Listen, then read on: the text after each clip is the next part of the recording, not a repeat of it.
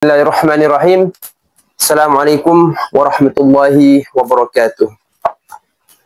Baik, kita akan lanjutkan pembahasan tentang puasa di dalam kitab Bidayatul Hidayah. Qala sallallahu alaihi wasallam, "Innamas shaumu junnatun." Sesungguhnya puasa adalah perisai. Fa idza kana ahadukum, maka ketika salah satu kalian shaiman berpuasa, fala yarfus, maka janganlah berkata keji, wala yafsuk, dan janganlah melakukan kefasikan, suatu yang melanggar syariat Nabi, wala yajhal, dan janganlah melakukan kebodohan. Jadi kata Nabi, puasa itu adalah tameng, penjaga diri. Jangan sampai kita ketika berpuasa di bulan Ramadan tetapi masih berkata keji, tidak menjaga lisan. Nah, berarti kita tidak puasa lisan. Ini jangan sampai keluar dari kata-kata kita suatu yang keji, yang membuat orang lain itu sakit hati dan lain sebagainya. Fa in imru'un qatalahu aw syatamahu falyakul, maka jika salah satu kalian fa in imru'un, maka jika seseorang qatalahu, memusuhinya, aw syatamahu, atau memakinya, falyakul, maka berkatalah inni shaimun, sesungguhnya aku puasa. Ini mengajarkan kepada kita bahwasanya Rasulullah puasa itu juga mengajarkan kita untuk sabar. Ya, misalkan ada orang yang memaki atau orang yang memusuhi kita, maka katakan kepada ia, sesungguhnya aku puasa. Karena puasa itu mengajarkan kita untuk bersabar. Shaumuh nisfus sabr. Puasa itu adalah setengah dari kesabaran, kata Nabi. Summa jatahid an tuftira ala ta'amin halalin. Nah, ini juga yang paling penting. Ketika kita berbuka puasa atau iftar, ya, maka kata Imam Ghazali, summa jatahid, berupayalah, bersungguh-sungguhlah untuk berbuka dengan makanan yang halal. Nah, ini tidak ada gunanya ketika puasa, tetapi makanan kita ketika iftar itu dari makanan yang haram, tidak ada nilainya puasanya nanti. Wala tastaksir, dan kedua, nah ini, selain kita harus menjaga ketika berbuka itu dari makanan yang halal, menjaga dari hal-hal yang diharamkan, makanan yang haram, ya, harus steril makanan kita dari makanan yang haram, ya, maksudnya adalah kita harus berpuasa dengan makanan yang halal. Lah juga, wala tastaksir fatazidu ala ma ta'kuluhu kulla lailatin, dan janganlah memperbanyak, fatazidu, kemudian menambah, alamat ta'kuluhu kulla lailatin, makananmu setiap malam. Maksudnya jangan sampai ketika kita iftar, ya, berbuka puasa, itu kita berbukanya itu menambah porsi, ya, menambah porsi kita. Ya, seharusnya ketika berbuka ya sudah satu porsi malam, tapi kita menggabungkan dengan porsi di waktu pagi misalkan. Nah, ini tidak boleh, jangan sampai. Fala farqa idza stawfaita ma ta'tadu an ta'kulahu daf'ataini fi daf'atin wahidatin. Nah, ini tidak ada bedanya kemudian ketika kita mengumpulkan kebiasaan di dalam kebiasaan makan, ya, daf'ata ini, ya, dengan dua ambalan, dua lipatan fi daf'atin wahidatin, ya, di dalam satu waktu. Artinya ketika kita berbuka, ya, kan kita puasa, pagi tidak makan, misalkan siang tidak makan, kan gitu, ya. Ketika orang berpuasa kan siangnya nggak makan. Nah, kemudian jatah siang kita itu dijadikan satu ketika berbuka. Ya, jadi jatah pagi atau jatah siang karena dijadikan satu di jatah malam. Nah, ini maka kemudian puasa kita tidak ada bedanya sana. Tidak ada bedanya dengan ketika tidak berpuasa, karena kita menggabungkan itu. Kenapa itu penting sana? Wa innamal maqsudu bisyami kasru syahwatika. Karena maksud dan tujuan puasa itu untuk memecahkan syahwat. Ya, untuk memecahkan syahwatmu. Wa tat'ifu quwwatika, dan melemahkan kekuatannya. Ketika kita kemudian menggabungkan makan porsi makan pagi, apalagi porsi makan siang juga digabungkan di porsi waktu malam. Jadi 3 porsi, ketika iftar itu kita langsung 3 porsi, menggabungkan antara pagi dan siang. Nah, ini tidak ada nilainya, esensi di dalam puasa itu sendiri. Dan syahwat kita tetap sana. Padahal tujuan puasa itu untuk melemahkan syahwat, kekuatan syahwat itu untuk melemahkan hal itu. Litaqwa biha alat taqwa, agar semakin bertakwa dengannya di atas takwa, alat takwa di atas takwa, agar pada akhirnya ketika kita itu benar-benar ya tahu akan ilmu puasa itu, ya puasa itu agar kita menyedikitkan makan, kan itu intinya, menyedikitkan makan, terutama ketika iftar. Kalau kita menggabungkan tadi, maka ketika waktu tarawih atau sholat isya itu tidak khusyuk. Kenapa? Karena lambung kita sudah penuh dengan makanan. Ketika mau ibadah sudah tidak khusyuk. Tetapi kalau kita benar cara makannya juga, oh berarti misalkan Rasulullah sunnah sebelum makan berat harus makan dulu 3 kurma, atau kalau nggak ada minuman yang manis. Hal itu untuk apa? Untuk agar memberikan nilai di dalam puasa kita itu sendiri. Ya selain secara medis itu secara medis itu sangat bermanfaat bagi kesehatan kita, dan juga untuk kasrus syahwatika wa tat'ifu quwwatika.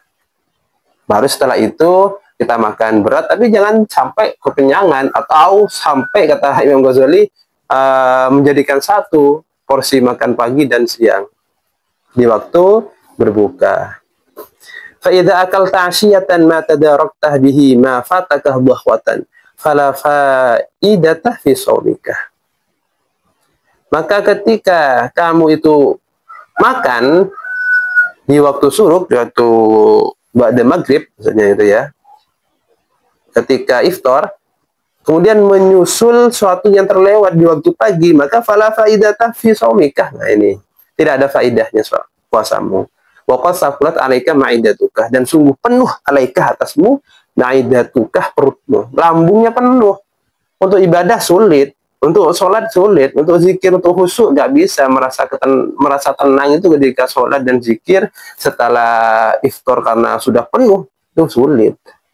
Nah, maka apa? Wa ma min wi'a'i abghadu ila Allah Ta'ala min batnin muli'a min halalin. Dan tidaklah sesuatu wadah yang lebih Allah benci, ya, min batnin muli'a min halalin, daripada perut yang dipenuhi dengan makanan yang halal. Jadi makanan halal saja kalau penuh perut kita itu Allah juga benci, gitu ya. Apalagi makanan haram katanya. Pakai faedah mulia min haram. Maka bagaimana ketika penuh perut kita dengan makanan yang haram?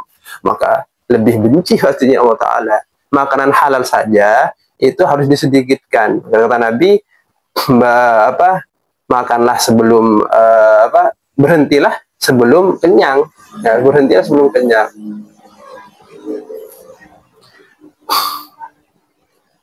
Fa idza arafta ma'na shaumi fastakthir minhu mastata'tah.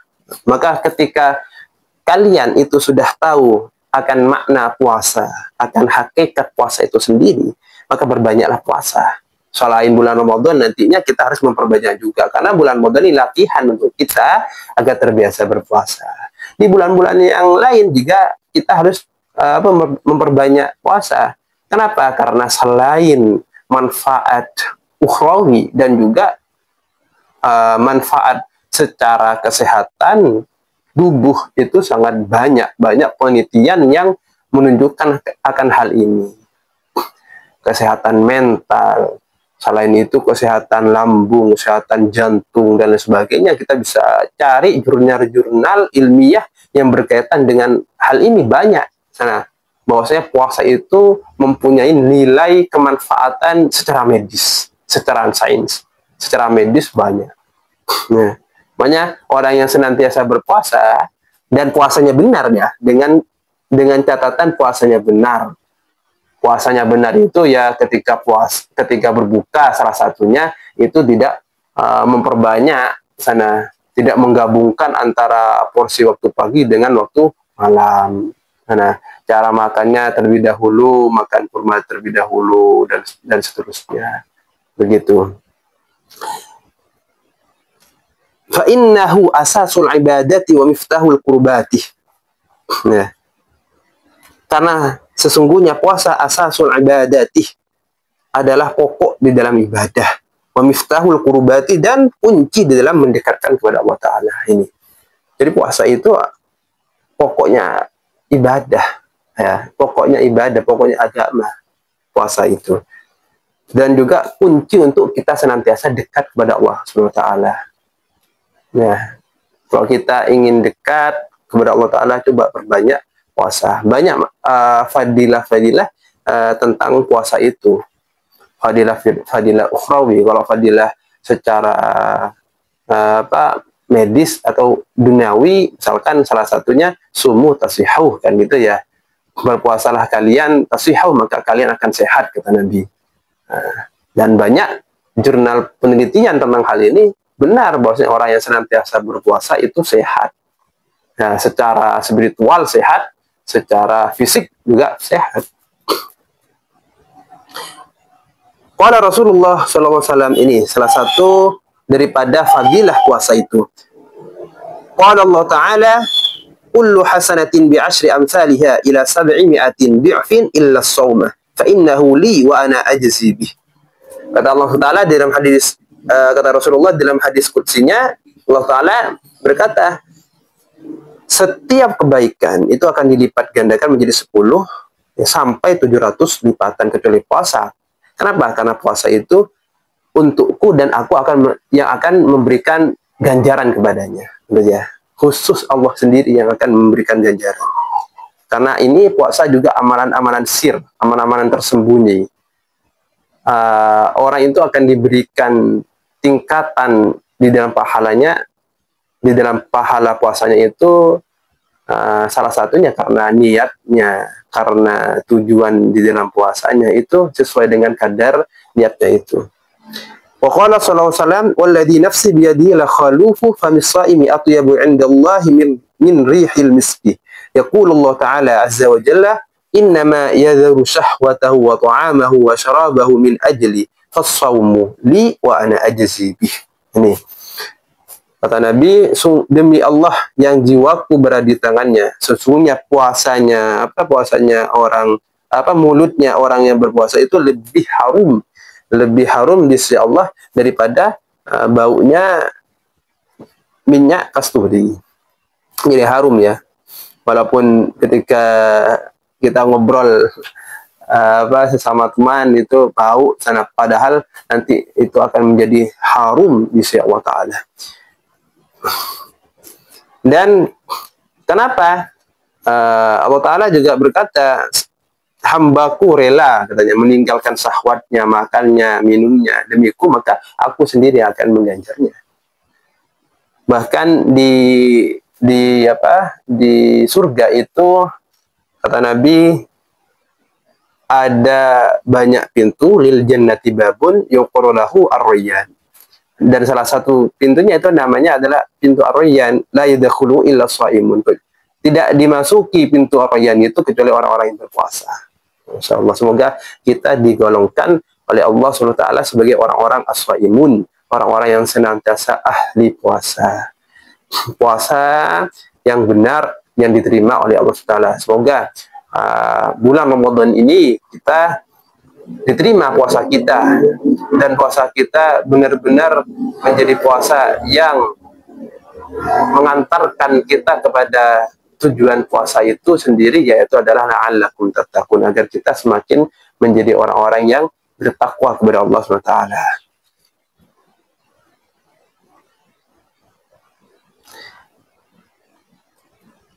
Semoga yang sedikit ini bisa bermanfaat.